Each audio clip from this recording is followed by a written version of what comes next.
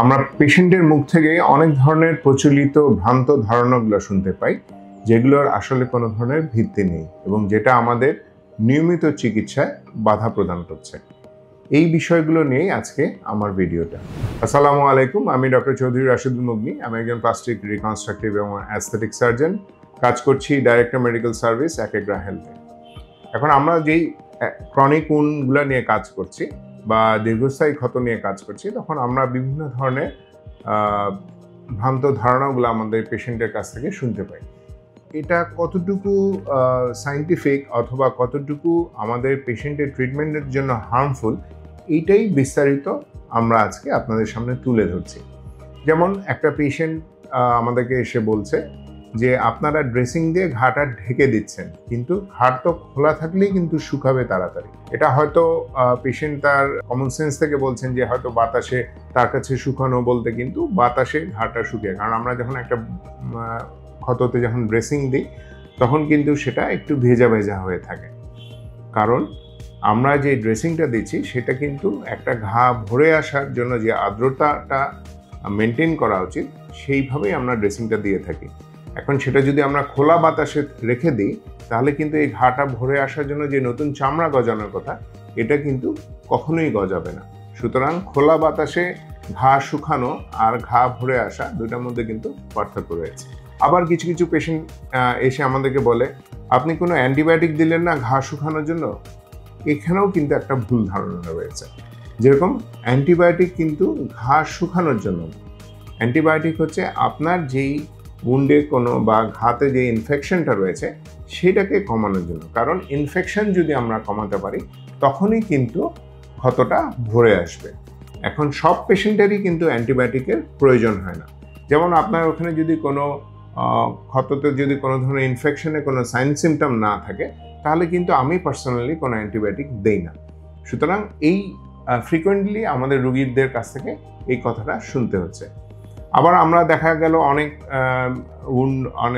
অনেক ক্ষত ভরে আসছে বা আমরা সার্জারি করে দিয়েছি, সেখানে চামড়া লাগিয়ে দিয়েছি, আমরা বললাম যে আপনি যে ওটা পরিষ্কার রাখবেন, ওখানে মলম লাগাবেন, কিন্তু পেশেন্ট দেখা গেল ভয়ে বললো যে এখানে ক্ষত আছে, এখানে পানি লাগানো যাবে না। এই কথাটা সম্পূর্ণ ভুল। এখন আমরা যেই সলিউশনগুলো বা অ্যান্টিসেপটিক সলিউশনগুলো দিয়ে যেগুলোতে আমরা পরিষ্কার করি উনটা, সেটা কিন্তু সবার পক্ষে পাওয়া সম্ভব না বাসায় বসে। সুতরাং এর মধ্যে সিম্পল একটা সলিউশন, যেটা আপনি সাবান পানি দিয়ে ধুয়ে যদি পরিষ্কার রাখতে পারেন সেটা কিন্তু যথেষ্ট। কারণ একটা ঘায়ে যদি সার্জারি হয়ে যেয়ে থাকে, যদি অলরেডি হিল হয়ে যেয়ে থাকে, তাহলে সিম্পল আপনি পরিষ্কার করলেই কিন্তু এটা অনেকাংশে উনটা হিল হয়ে যাচ্ছে। আর একটা হচ্ছে যে অনেকে দেখা গেল শুধু ওই কনসেন্ট্রেট করছেন যে ঘাটা আছে শুধু সেখানে, আশেপাশের চামড়ায় প্রচুর পরিমাণে ময়লা লেগে আছে, মরা চামড়া লেগে আছে। আপনাকে পরিষ্কার করার সময় কিন্তু আশেপাশেও পরিষ্কার করতে হবে। আবার অনেকে দেখা যাচ্ছে যে আমাদের কাছে এমন লেট স্টেজে আসছেন, ওনারা হয়তো ক্ষতটা যখন হয়েছে তখন বাসায় অনেকে পুদিনা পাতার রস, মধু এগুলো ব্যবহার করেছেন। হ্যাঁ, এগুলো কিন্তু উপকারী। অবশ্যই আপনার ক্ষত ভরার জন্য আমরা যদি সায়েন্টিফিক পেপার ঘাঁটি, এর ভিত্তি রয়েছে, কিন্তু এগুলো আপনি যেভাবে রেডি করছেন সেটা কিন্তু সায়েন্টিফিক ওয়ে না। মানে এখানেও যেমন আপনি যেই মধুটা বাজার থেকে কিনে দিচ্ছেন সেটার মধ্যে কিন্তু ইনফেকশনের যেই বীজগুলো আছে সেগুলো আছে। মধু কিন্তু আমরা আমাদের সেন্টারে ইউজ করছি, সেটা কিন্তু মেডিকেল গ্রেড হানি। সুতরাং এগুলো আপনাকে বুঝতে হবে যে আমরা যেই জিনিসগুলো ইউজ করছি সেটা সবগুলোই হচ্ছে সায়েন্টিফিক ওয়েতে রেডি করা ঘা ভরার জন্য। সুতরাং আমরা যেই হোম রেমেডি যেগুলো ইউজ করছি সেগুলো সব ক্ষেত্রে সবসময় কাজে লাগে না, বরং উল্টা আমাদের এই ঘাটা ভরে আসার ক্ষেত্রে বাধা প্রদান করছে। আরেকটা জিনিস হচ্ছে আমরা অনেক পেশেন্টকেই বলে দিই যে আপনার যে অংশে ক্ষত হয়েছে সেই অংশে কখনো চাপ দিবেন না। তো দেখা গেল রুগী সেখানে হাঁটাই বন্ধ করে দিয়েছে বা সেই জায়গাটা নড়ানোই বন্ধ করে দিয়েছে। তবে কিছু কিছু ক্ষেত্রে কিন্তু এই কথাটা সঠিক নয়। যেমন যদি তার ভেনাস আলসার বা ভেনাস সমস্যার জন্য উনি কোনো ক্ষত হয়ে থাকে, সেখানে কিন্তু তার ড্রেসিংয়ের সাথে সাথে তার এক্সারসাইজটা এবং ওনার যে পায়ের পজিশনটা আছে সেটা কিন্তু খুবই ইম্পর্টেন্ট।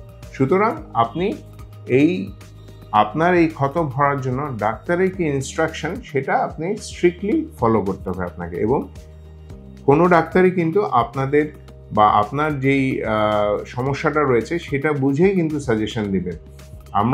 আমাদের দেশের সমস্যা হচ্ছে আমাদের দেশের লোকজনরা কিন্তু এর কাছ থেকে শোনা ওর কাছ থেকে শোনার যে কথাগুলো আছে এগুলোতে বিশ্বাস বেশি করেন। সুতরাং আমার মনে হয় যে আপনারা সেগুলো বাদ দিয়ে আপনারা যে ডাক্তারের কাছে আপনি দেখাচ্ছেন ওনার অ্যাডভাইসটা ফলো করেন, তাহলে আপনি দ্রুত আপনার এই সমস্যা থেকে নিরাময় পাবেন। ধন্যবাদ।